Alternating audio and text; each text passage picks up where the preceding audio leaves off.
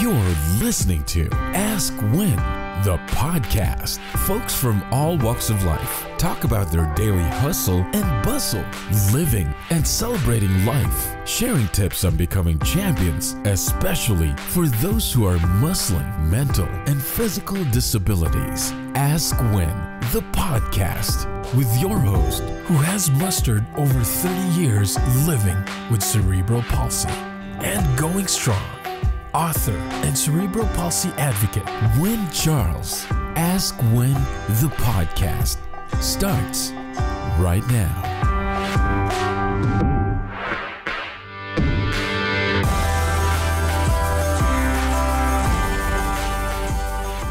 Welcome to Ask When, everyone. I have Sheila with me, and Sheila is actually an investigator. She investigates crimes for a living, and how I found out about Sheila is through Kyle Bondo of the Gagapon podcast, and my goodness, I just figured, well, this ought to be a interesting interview. So I'm going to let Sheila take it away, and I'm going to let Sheila take it away and explain more about what she does. Hi, my name is Sheila Wysocki, and I'm a private investigator that I work on. My niche is cold cases. So families of murdered victims that have not had someone come in and investigate or do a proper investigation. So what made you go into this niche, and why? So why this niche? It's a calling. My college roommate was raped and murdered, brutally raped and murdered, and wanting to get her case resolved, we were able to. And in 2010, the man that murdered her is now on death row in Texas. And so through that, I learned the process, and the process for victims' families. It's kind of, for criminals, you have a lot of help, but for victims' families, there's not a lot of people on your side or advocates. And so I became an advocate for the victims' families. So what do you say your voice for the voiceless for the victims' families? I am. I'm the one speaking up for them. I'm usually the one out front, taking a lot of hits of, criticism. And a lot of people will target me because I am very ferocious when it comes to my victims' families. Yes. Oh, yes. You have to be. And believe it or not, you guys, I don't know if you know this.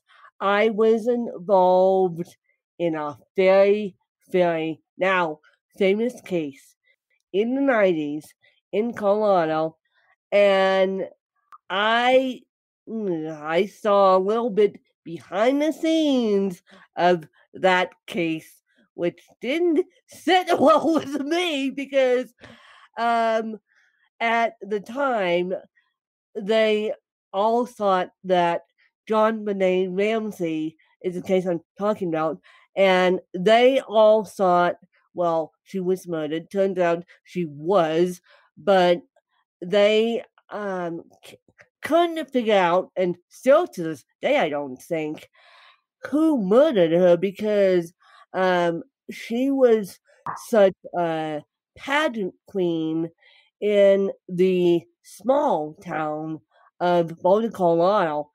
And the reason how I got involved is because my aunt's next door neighbor at the time was her mom. Thank you very much. So every time Pat saw all of us, Pat saw my aunt, Pat saw me, Pat saw my dad, Pat saw Pat Ramsey saw anyone pull up into my aunt's driveway, she would run the other direction And this is one of the reasons why you guys don't know this, but this is one of the reasons why I wanted to become a journalist too, because and then it sparked again in 8th grade, but I was so fascinated. I wanted to run up to Pat Ramsey at one point and say, "Did you murder your child?" Because I was so fascinated by this case as a child, and then stuck with me for the rest of my life. Now, Sheila and I were talking about it before we hit record, and Sheila, you said something interesting to me, that they botched the case big time. The investigation, I believe, was completely botched. They had an opportunity to go in, and I believe the district attorney at the time was kind of directing what could and could not happen. And a lot of people don't realize that in many cases, a district attorney can shut down what happens. And if you have a district attorney with a different agenda, your case isn't going anywhere. Okay. So the district attorney shut it down. I think there was a different agenda for him. In a lot of my cases, I have, whether it's full on corruption from a district attorney. I mean, they're people, they're not these gods that, in my generation growing up, you think, oh, everybody in the, judicial world are these great people, and they're not. They're just people. And people, some are good, some are bad, but not everybody's in it for justice. And when you say it's the criminal justice system, I think those are very true words, because it's the criminal that gets the justice, not the victim. No, it's not the victim. I mean, no. I wasn't involved, and this is public knowledge, so I wasn't involved in an emotional abuse case myself. Almost turned physical, thank God it didn't. But me being the victim, I had more support from my stepmom, my stepsister, and my aide who was working with me at the time. And I had more support from my counselor too. I didn't have any support from the other side of my family, who did not abuse me. I didn't have any support from the victims' assistance fund, because out here in Colorado, one, I didn't apply for it. Two, they didn't necessarily check in on me. So how do you think, in a situation that you're dealing with, how do you think friends and family should support the victims and the victims' families, so to speak? Because my case, my emotional abuse case, could have turned deadly in 2 seconds flat if it wasn't laid out the way it laid out. But I had emotional scarring from it. I didn't have physical scarring. But when it comes to people being murdered and people being brutally raped after the murder, then what do we do? One of the things that I see a lot of is these moms that go forward and say something's not right, and they speak up. So usually it's the female mom who's strong and independent. And when she goes to the police department or the DA, she's labeled as crazy. Oh, that crazy mom doesn't know what she's talking about. Well, in all of my cases, that crazy mom is, first of all, not crazy, and she's got her facts correct, and no one's listening to her. And in order to stop this, we're gonna have to make people aware of what really happens behind the scenes. And the first thing that needs to happen is that the police department, they need to stop and listen to these families, whether it's the mom. I happen to work primarily with the mothers, but they're usually intelligent, articulate, and they know what's going on, and they know their children. And the police come in and they make outrageous statements, like in a shooting case I have in Texas, one of the police officers on the scene said, "Oh, he didn't know the gun was loaded." Well, first of all, you don't know that. You're making an assumption, and you're putting that out into the public. And those are the kind of things you can't do. I mean, you need to investigate before you make those kind of statements. And it turns out that it was called in as a suicide when it was actually, in my opinion, a homicide. We're going to court in August on it. But, those are the kind of things that you wonder, who are these people you're supposed to investigate before you make these kind of statements? In another case in South Carolina, the police officer said, oh, she had postpartum depression. That's why she committed suicide. That's on the scene. He doesn't know that. Where is he getting that information? And you can't make the assumption of someone's mental health when you're on the scene. You don't even know if it's a suicide, and it turned out not to be. Wow. You were passionate. I could tell. I could tell what passionate is fine. But you would think these people who are investigating these cases would be smart cookies. Nope. It takes the family and friends to understand, okay, we have in my case, we have a neurological disability here who's now scared to have the death of it's going to happen again. But yeah, we have friends and family, and thank God for advocates like you, because we're dealing with a social justice system that, in my opinion, and I hate to say it publicly, but it's dumb. Well, it's not a social justice system because there is no social justice. What happens is the weak person, so the grieving family or friends, are the ones that are targeted, really. And we can't keep having that. So my suggestion is, what's happening now is the friends and family need to rally around, listen to what's going on, throw in and help, and do what they can to support the mom or the dad in order to get that person that passed away deserves to have their story told, not what the police think happened that they can't prove, or a witness that was on the scene and saw the suicide and ended up killing the person. Yes, exactly.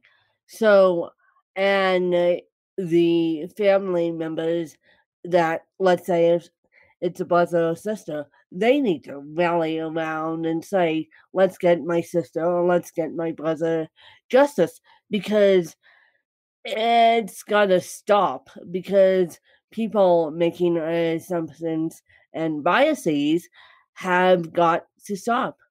Right. And so, Shelley, if you had to take 5 things with you and you had to move, what would they be? I would take my dogs, so that's 3, and my husband, and then I would take an album of all pictures of the kids growing Yeah. up and stuff. Yeah. I'm a dog person. I'm a ridiculous dog person. I even have a Instagram for my dogs called Private Eye Pups because they're with me when I travel a lot. Right now, obviously not, but I'll take pictures of what they're doing with me during the day. I love it. I love it. Yes, I love it. Obviously not. We're not traveling, but we are doing things remotely to the best of our abilities. Now, Shelley, what is your morning routine? My morning routine is I get up with the pups and we go out and, walk a little bit and, see what kind of day we're going to have, whether it's really, really early. My husband wakes me in the morning because he gets up super early. And then I go through what cases and start calling, whether I call an expert or I talk on podcasts or I talk to news media people or I'm talking to my victims' families. And we're always working on strategies. I have a podcast also that I'm working on coming up. So we're getting that pulled together and outlining it. I work with, I call it crowdsourcing justice. So I work with my Patreon people on cases, teaching them how to investigate, and they help me. It's amazing. So it's a huge, by noon, I've worked probably what most people do in 24 hours. Yes, me too. By noon, I've worked because I get up at 6:30 and I start going through my emails, seeing who wants to interview me, seeing what my journalism degree entails, seeing, by 8 a.m., I've already spent half the day working and it's only 8 a.m. Right. And, I like that because at nighttime I get to stop and like last night when you text me, I got to stop and I try to have dinner right now. We're home hibernating at home. So my son flew in from DC, he's an attorney there, and he's here. So we got to eat dinner together and spend quality downtime. Yeah, because right now DC's shut down, so why not take the time to go be with family? Why Right. not? And I wish my family could come up here, but that's another long story. Why? But why not? But why not take the time to be with family, and why not take the time to embrace remote work? I don't think we'll ever have this again. I don't. I don't think we'll have the, and I call it an opportunity. I haven't hated it. I mean, there are things that I don't like, Yeah. but I appreciate it because it's a new opportunity for people to reevaluate what's important to them. Yeah, exactly. No, it's a opportunity to stop and smell the roses. Yes. I would have been traveling so many. I'm usually gone weeks at a time. So I've been home since March. So it's been very interesting. Me too. And as I said yesterday to someone, I said, well, please don't use the terminology shut-ins because that's the old adage for the disabled, and that's driving me nuts. And so please don't use the word "was shut in" because granted, we all have our houses, we all have all responsibilities.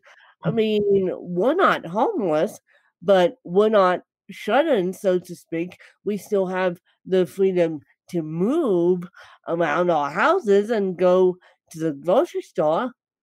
Agreed. As far as terminology, so I think I wrote you yesterday about having differences. I call them differences So, some people think it's a disability, but being dyslexic and ADHD, I consider that a difference. That means I see things differently than you. I think it's an opportunity versus a disability. I agree. And so, as we wrap this interview up, which has been amazing, by the way, Wow. do you have any questions for me? I do. So I want to know from having a difference in life, different than other people. You see things differently, and you have an opportunity to observe things that other people aren't able to observe. For instance, the word shut in. But some people think it's sad and they use it as a crutch. You don't use it as a crutch. I don't use my stuff as a crutch. When did you decide that you were not going to use it as a crutch? Well, it took me a long time to figure out, okay, what is my disability? Because my mom and dad gave me bits and pieces of it over the years. I didn't even learn, you guys, until I was in 2020. And now, granted, I've been gifted with CP for almost 33 years. I didn't know it was a neurological disability until 2020. And the journalist that I am, the question asker that I am, I decided to ask a PT and a PT student, would you consider cerebral palsy a bone and joint condition? And they looked at me with the straightest faces ever and says, honey, you have a neurological condition. And I'm like, I do. I do, because I was always told since 7th grade that it was bone and joint, bone and joint, bone and joint. And I'm like, neurological?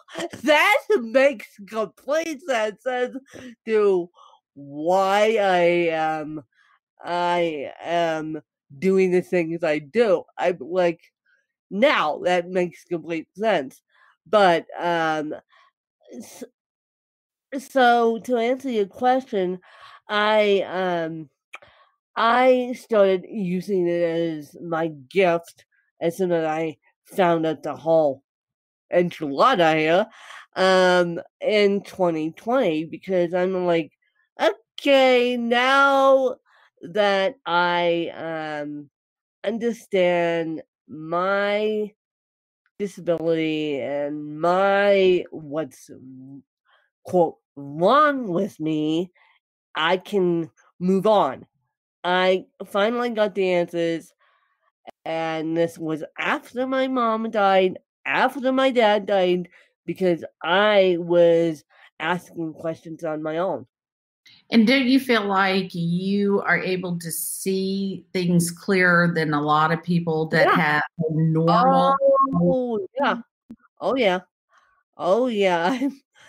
I'm able to see the writing on the walls before it happens, and I have a clear perspective on what's going on, and a lot of people in the disabled community right now don't know what's going on, and I think that it's the parents' fault for not explaining it to them. I mean, I have a friend who also hosts a podcast with her mom, and she has CP. She's non-verbal in a wheelchair, and her mom said to her, and I'm not kidding, a virus is going around, and that's all her mom said. I'm like, Okay, you really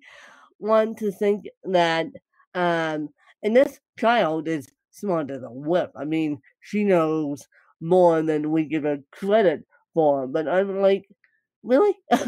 Really? You want to explain to your kids, and when little Susie and little Johnny asked Mommy, "Can we go out and play?" And Mommy says, "No." That's when they have a meltdown because they don't understand, because parents are not stopping. Drives me nuts. I can get on this passionate horse. And so, and that's why I stepped away from education. It's the parents that were driving me nuts, not the kids. It's the parents and the admins that were driving me nuts. So yeah, and I feel like I have a clear perspective of what's going on and now of what's going on, because I'm sitting here dealing with it, and we're all sitting here dealing with it. And for those of us who have disabilities, we need to stop. We need to communicate. We need to figure it out. Mm-hmm. I think it's our responsibility, though, also to figure it out. You know, I think that when I grew up, my parents didn't even know what dyslexia was. And the only reason I found out I was dyslexic is because I have a child that was dyslexic and he was going through testing for it. And that's when I found out a name. So, I mean, you do your best you can as a parent, as a daughter, and just a person in society, but we're all accountable to our own situation, I think. Yes, we are. We definitely are. And so, where can people find you? I have a website that's actually being redone, but it's SheilaWysocki.com, or they can listen to the podcast, which is Without Warning podcast on my murder cases. Oh boy. Yeah, it may not be safe. The little is.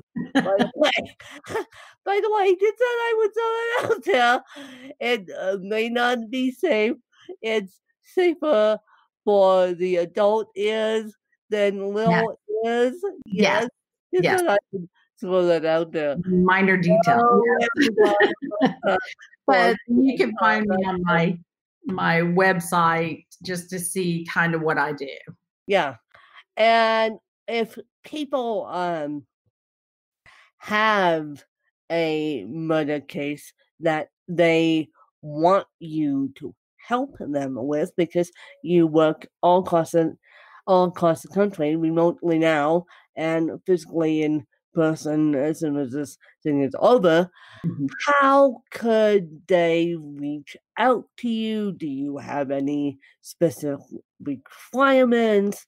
I mean, are we dealing with fresh cases? Are we dealing with old cases? Are we dealing with It what? varies on cases. So they can reach out through my website, and I have other investigators that work with me. And so I can pass them on to the right people to get help, because, I'm not made for every case, and I pick and Yeah. choose from cases. Yeah, you're so skilled at this. Why wouldn't you deal with everyone? So, well, yeah. So you guys hear that? If you have a case going on right now, you need to contact Sheila to get to the bottom of this, because I think if the victims don't get represented, no one will speak up for the victims. And that's why I am the voice for the voiceless when it comes to journalism. Jeez. And that's why Sheila's the voice for the voiceless when it comes to these victims, because without, it's going to be an interesting show. And so we need other voices to stand up and say this is not cool. So if you guys know of anyone who's dealing with unsolved murder case right now, please contact Sheila and let's get these cases solved and let's stand up for the victims. Thank you. Well, you are so welcome. And thank you guys for sticking with me. And thank you guys for your support. And let's make this world a better place, you guys. Right now, stay safe, stay happy, stay sane. And as I said, if you need Sheila and I to assist you, we can, and to the best of our abilities. But I appreciate you guys, and I will catch you guys next week. Thanks, you guys. You just listened to Ask Win, the podcast. To become a guest in the show, visit our website at askwin.weebly.com or call 816-591-3399. Just look for Danielle. Connect with Win on Twitter at WinKellyCharles and like our Facebook page at Butterflies of Wisdom. You can also purchase Win's book through Amazon.com or get a copy of the audiobook through Audible. Ask Win, the podcast.